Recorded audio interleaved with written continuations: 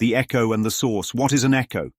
In the physical world, it's a sound that travels, bounces off a surface, and returns to us. It's not the original voice, but a reflection of it. An echo tells us something real was spoken, even if we only hear it after the fact. Now imagine God's love as the original voice, pure, infinite, beyond form. And what we experience in this world, that's just the echo.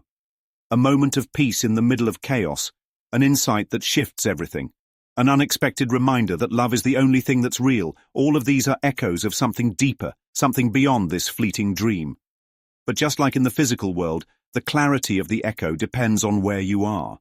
If you're in an open canyon, you hear it clearly. If you're in a cluttered, chaotic space, it gets distorted. The question isn't whether God's love is reaching you. It always is. The question is, are you tuned in, or is your signal jammed? Tuning into the right frequency. People think of God as a thing, some entity in the sky, some form that has shape, size, location. But God isn't a thing. God is the infinite, the unchanging. Form is temporary, God is eternal. That's why the echoes of his love don't come in physical things, but in something much subtler. A course correction when you're about to choose fear. A realization that seems to come out of nowhere. An invitation to let go when you least expect it. A shift in perception that feels like a miracle. We say, God, show me a sign.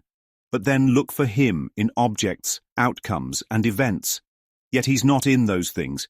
He's in the stillness that lets you hear the echo. If your mind is filled with fear, grievances, or distractions, it's like trying to hear an echo in the middle of a storm. The signal is there, but the interference is too strong. Want to hear it? Get quiet, get still, make room. Why no other gods before me isn't about jealousy. Many people take, put no other gods before me, to mean that God is jealous. But how can the infinite be jealous of something finite? That's like the ocean being jealous of a drop of water. The real meaning is simple. There are no other gods. Worshipping idols, whether it's money, status, or even religious structures, doesn't make God mad. It just wastes your time. You're chasing shadows when the light is right behind you. The ego makes gods out of illusions, out of things that perish. But God, being eternal, doesn't create things that perish. You are not a thing. You are not temporary. You are not this body, this story, this fleeting moment. You are the eternal echo of something beyond this world. The world may say, you were born, and one day you'll die. But love says, you always were, and you always will be. The echo of God's love reminds you of what is real, even when the dream tells you otherwise. So how do you experience the echo of God's love? Stop looking for God in form. He is not a thing, and neither are you. Create space in your mind. The clearer the space, the purer the echo. Follow the guidance, even if it's subtle. An echo is never as loud as the original voice, but it leads you back to it. Trust that love is all that is real.